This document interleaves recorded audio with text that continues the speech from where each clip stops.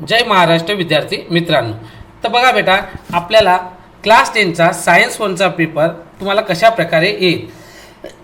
हा पेपर राहील बेटा तुम्हाला 40 मार्क्सचा बेटा आणि टाइम किती राहणार बेटा 2 घंटे. यामध्ये नाही का बेटा पहिला जो क्वेश्चन येईल तुम्हाला काय राहणार बेटा, चूज दी करेक्ट अल्टरनेटिव्ह. म्हणजे काय, करेक्ट अल्टरनेटिव्ह चूज करा बेटा. यामध्ये नाही का तुम्हाला 5 अल्टरनेटिव्ह येईल आणि या 5 अल्टरनेटिव्हला 5 मार्क राहील. जसं पहा बेटा इथं ते आलेलं आहे. The SI unit of heat is, म्हणजे हीटचे एसआय युनिट काय आहे. तर लक्षात ठेवा बेटा, हीटचे जे एसआय युनिट राहतात हे काय राहतात बेटा, जूल राहते. यानंतरचा बेटा नेक्स्ट क्वेश्चन काय ते, if a ray of light passes from a denser medium to a rarer medium. म्हणजे रे ऑफ लाईट पासेस होत आहे बेटा फ्रॉम कोणते, डेन्सर मीडियम टू कुठं जात आहे बेटा, rarer medium in a straight line. कसे पास होत आहे बेटा, straight line. The angle of incident must be. तर तुमचा अँगल ऑफ इन्सिडंट किती राहणार.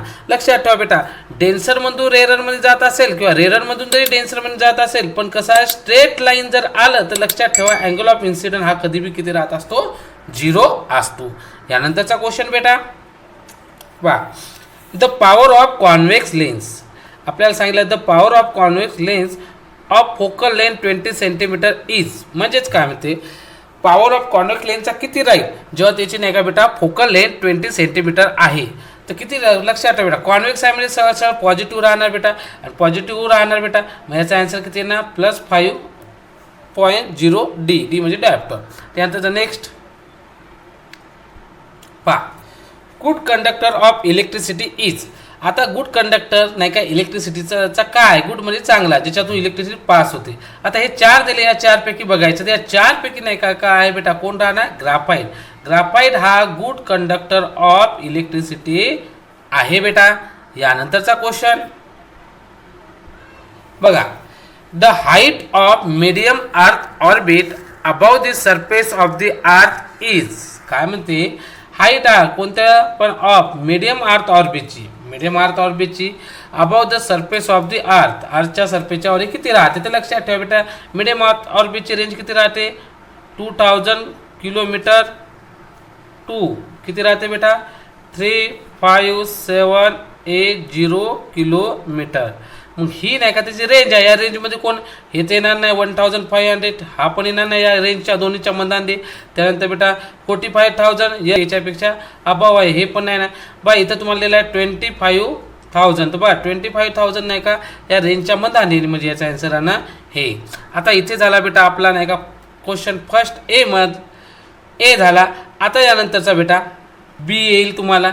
Answer the following question. तर तुम्हाला या फॉलोइंग क्वेश्चनचे आन्सर लिहावे लागेल. लक्षात ठेवा बेटा, हाच पेपर येईल असं काही कन्फर्म नाही, पण लक्षात ठेवा हा प्रिव्हियस इयर क्वेश्चन सिरीज पेपरमधला आहे. त्यामुळे नाही का हा इम्पॉर्टंट आहे, कारण की तुम्हाला माहीत असेल तर प्रिव्हियस इयर क्वेश्चन पेपरमधले बरेच क्वेश्चन नाही का रिपीट होतात. तर याच्यातले बी तुम्हाला नाही का काही क्वेश्चन नाही का बोर्ड पेपरला रिपीट होऊ शकतात.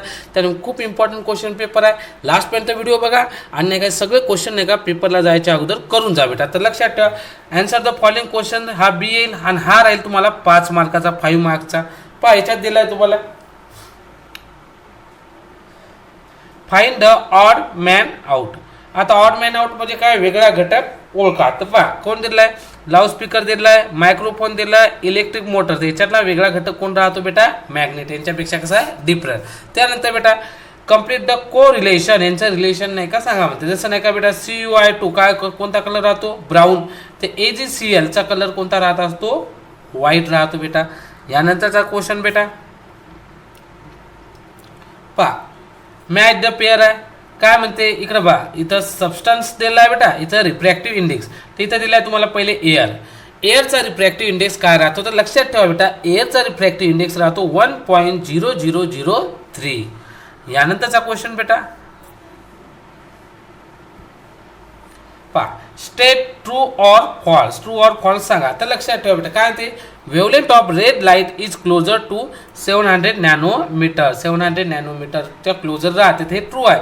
तर लक्षात ठेवा बेटा आपण बघितलं होतं रेनबोमध्ये किती कलर राहतात, यस 7. काय राहते, Roy, girl, beautiful, in, village. म्हणजे काय, red, orange, yellow, green, blue, Indigo, violet हे 7 कलर राहतात. त्याच्यातला पहिला कलर कोणता राहतो बेटा? Yes, wavelength of red.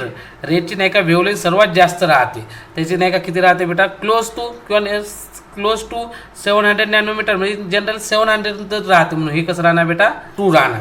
यानंतरचं बेटा नेक्स्ट पहा, सेकंड काय म्हणते? Write the name of small satellite made by a group of student from COEP. म्हणजेच काय म्हणते? Write the name of small satellite. एक स्मॉल सॅटेलाइटचं नाव सांगा made by group of COEP. COEP म्हणजे काय? College of engineering Pune. Send to the space through ISRO in 2000. इस्रोने जे वर सॅटेलाइट पाठवला तो कोण बनवला होता बेटा? कॉलेज ऑफ इंजिनिअरिंग पुणे याने जे स्मॉल सॅटेलाइट बनवलं त्याचं नेम सांगा म्हणते. Write the name. मग नेम काय राहणार बेटा? यस, सोयम. याचं नाव आहे सोयम. यानंतरचा बेटा नेक्स्ट क्वेश्चन बा. नेक्स्ट क्वेश्चनमध्ये नाही का बेटा तुम्हाला सेकंड ए ना, गिव्ह सायंटिफिक रिझन. एनी 2 सोडवा लागणार. आता एनी 2 सोडवा लागणार. हा येईल तुम्हाला 4 मार्क्ससाठी, म्हणजे प्रत्येक क्वेश्चनला किती मार्क राहणार बेटा? 2 मार्क राहणार. 2 मार्क राहणार. मग काय म्हणते बेटा? क्वेश्चन आहे for electric power transmission copper और ॲल्युमिनियम वायर इज. इथे यूज नाव आहे. हे यूज नाव आहे इथे. हा यूज नाही का मला वाटते कट करताना निघून गेलं, म्हणून काय म्हणते? क्वेश्चन आहे फॉर इलेक्ट्रिक पॉवर ट्रान्समिशन. जिथं नाही का इलेक्ट्रिक पॉवरचं ट्रान्समिशन म्हणजे ट्रान्सफर करतात, तर नाही का कोणते वायर यूज करतात? कॉपर आणि ॲल्युमिनियम वायरच का यूज करतात? हे विचारायचं सोपं आहे बेटा. काय? कॉपर आणि aluminium are good conductor of electricity. हे इलेक्ट्रिसिटीचे गुड कंडक्टर आहे. गुड कंडक्टर आहे म्हणजे याच्यातून इलेक्ट्रिसिटी चांगल्या प्रकारे फ्लो होतो. त्यानंतर बेटा copper and aluminium have very low resistivity. आता गुड कंडक्टर आहे आणि याची रेजिस्टिव्हिटी कशी राहते बेटा? Very low. त्यामुळे काय होते? हे when an electric current flow through a wire of copper और aluminium heat produce is comparatively low. मग त्याच्यामुळे काय होते? इलेक्ट्रिक करंट जेव्हा याच्यातून फ्लो होईल तर याच्या नाही का हीट नाही का जी प्रोड्यूस होते बेटा याच्याआधी ही कम्पॅरेटली लो होते अदर सबस्टन्सपेक्षा. मग त्याच्यामुळेच काय होते? Copper and aluminium are good conductor of copper and aluminium for electric power ट्रान्समिशनमध्ये यूज करतात. यानंतरचा नेक्स्ट क्वेश्चन बेटा पहा काय म्हणते? Lemon or is use cleaning copper vessel turn greenish.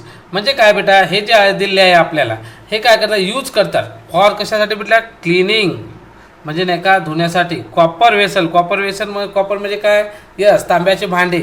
Turn कशा राहतात बेटा? ग्रीनिश. जर ग्रीनिश कलरचे आपले तांब्याचे भांडे होतात त्यासाठी नाही काय यूज करतात. गिव्ह सायंटिफिक रिझन ते लिहायचं. जसं इथं दिलेलं आहे बेटा. आता इथं रिॲक्शन होते. जसं पहा copper undergoes oxidation in air to from black copper oxide. Copper oxide react slowly white carbon dioxide in air and gain a green coat. This green substance is copper carbonate. मग असं नाही काय काही तर लिहायचं आहे बेटा. यानंतरचा नेक्स्ट पहा काय म्हणते? Element belong to the same group have the same valency. म्हणजे सोपा आहे. एलिमेंट बिलॉंग म्हणजे आहेत टू दी सेम ग्रुप. सारख्या ग्रुपमधले जर एलिमेंट असेल तर त्यांची व्हॅलन्सी बी कशी राहणार? सेम. असं याने सांगितलेलं आहे. मग याचं रिझन लिहायचं. तर लक्षात ठेवा the valency of an element is आन्सरमध्ये the valency of an element is determined by the number of valence electron in the outermost shell of an atom of an element. म्हणजेच काय ते व्हॅलन्सी ऑफ द इलेक्ट्रॉनचे determine म्हणजे आपण कशाहून सांगू शकतो? By the number of valence electron in the outermost shell. त्या एलिमेंटच्या आउटर मोस्ट सेलमध्ये जेवढे व्हॅलन्स इलेक्ट्रॉन राहतात त्याच्यावरून आपण त्याची व्हॅलन्सी सांगू शकतो. मग काय होते बेटा? All the element in a group have the same number of valence electron. मग जे आपण ग्रुप घेतला त्याच्या नाही का लास्ट ऑर्बिटमध्ये सेम नंबर ऑफ नाही का काय राहतं बेटा? Valence electron. Same number of valence electron असेल म्हणजे त्यांची व्हॅलन्सी बी कशी राहणार? सेम आउटर मोस्ट सेलमध्ये. तर therefore element in the same group should have the same valency. For example दिलं आहे बेटा एलिमेंट ऑफ ग्रुप 1. आता ग्रुप 1च्या तुम्ही जर बघितलं असेल मॉडर्न पिरियडिक टेबल त्याच्या ऑल द एलिमेंटच्या लास्ट ऑर्बिटमध्ये काय बेटा? 1 इलेक्ट्रॉन आहे. मग त्यांची व्हॅलन्सी कशी राहते? 1. Content only 1 valence electron. तसं ग्रुप 2च्या किती राहते बेटा? 2 इलेक्ट्रॉन आहे. मग त्याची व्हॅलन्सी किती राहणार? 2. यानंतरचा क्वेश्चन बेटा तर बघा बेटा next question. Answer the following question. Any 3 कोणते 3 तुम्हाला सोडवायचे आहे. इथे किती आहे? 6 मार्कला. म्हणजे प्रत्येक क्वेश्चनला किती मार्क राहणार? 2 मार्क राहील बेटा. तर बा काय म्हणते पहिला? How do we feel about air in each of the following condition. म्हणजेच एअर कशी फील होईल बेटा? काय in each of the following कंडिशनला. जसं की बा पहिलं दिलेलं आहे relative humidity is more than 60%. म्हणजे किती आहे बेटा 60%पेक्षा तुमची ह्युमिडिटी कशी आहे बेटा मोर म्हणजे जास्त आहे. तर अशा वेळेस काय होईल we feel air is humid. मग आपल्या एअर नाही का जे आहे ती कशी लागणार ह्युमिड फील होणार बेटा. नेक्स्ट आहे बेटा relative humidity is less than 60%. आता ही ह्युमिडिटी आहे ही कशी आहे बेटा लेस दॅन 60%, म्हणजे 60%पेक्षा कमी आहे. मग आता कसं होणार बेटा जेव्हा जास्त होतं तेव्हा ह्युमिड होतं, आता कमी असल्यामुळे कसं होणार बेटा कसं होणार वी फील एअर कशी फील होणार ड्राय होणार. तर अशा प्रकारे तुम्हाला आन्सर लिहायला लागेल बेटा. त्यानंतरचा नेक्स्ट क्वेश्चन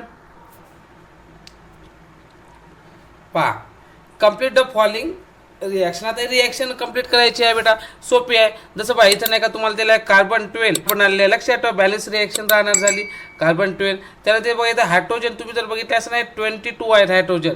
मग बा इथं आपण हायड्रोजन लिहिलं हायड्रोजन हा 11 आणि हा बेसचा 2 11 × 2 किती होतात बेटा 22. म्हणजे तुमचा हायड्रोजन पण बॅलन्स झाला. आता कोण राहिलं फक्त ऑक्सिजन. इकडे बघा हे ऑक्सिजन किती आहेत बेटा 11.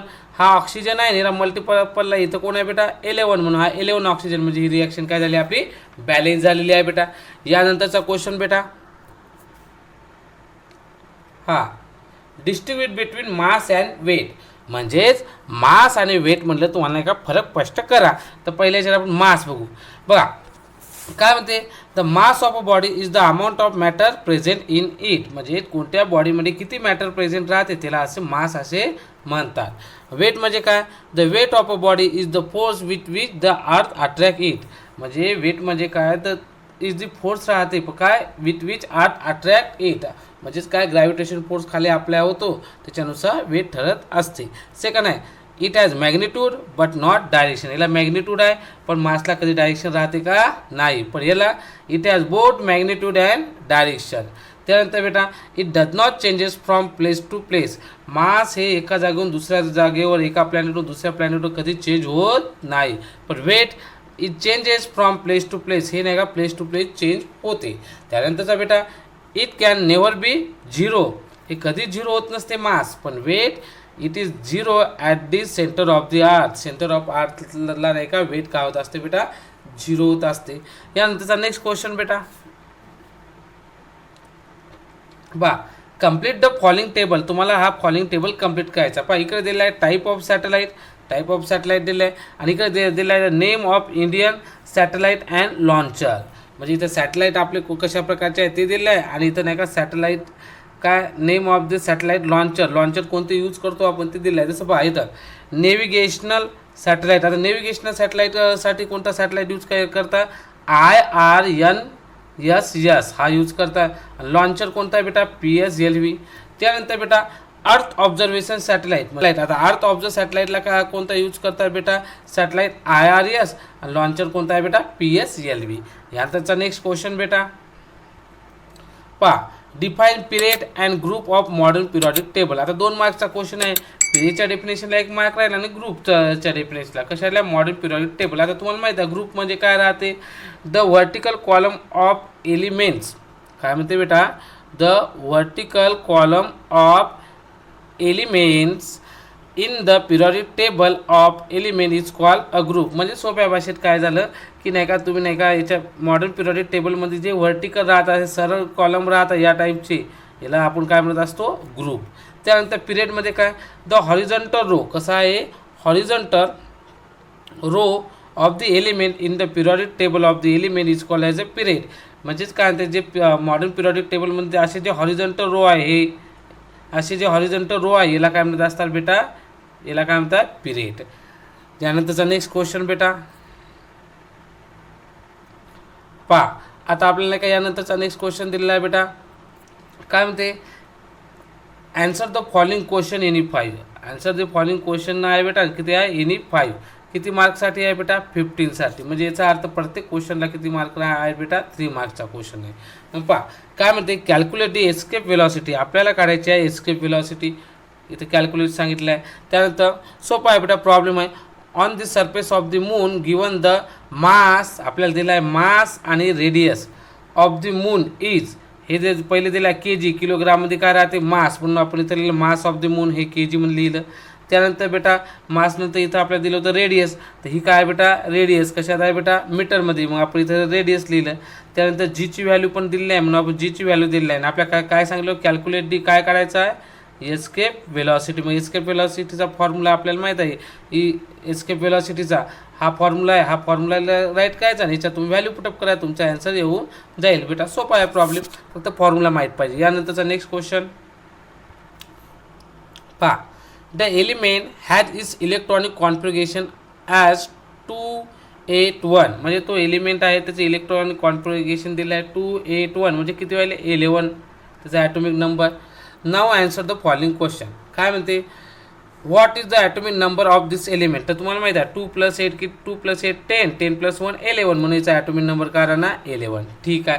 त्यानंतर what is the group of this element. या एलिमेंटचा ग्रुप कोणता. आता बघा याच्या लास्ट ऑर्बिटमध्ये किती इलेक्ट्रॉन दिसत आहे इथं 1 आणि 1 दिसत आहे, म्हणजे तो ग्रुप कोणता राहणार 1, काय की पहिल्या ग्रुपची व्हॅलन्सी किती राहते 1.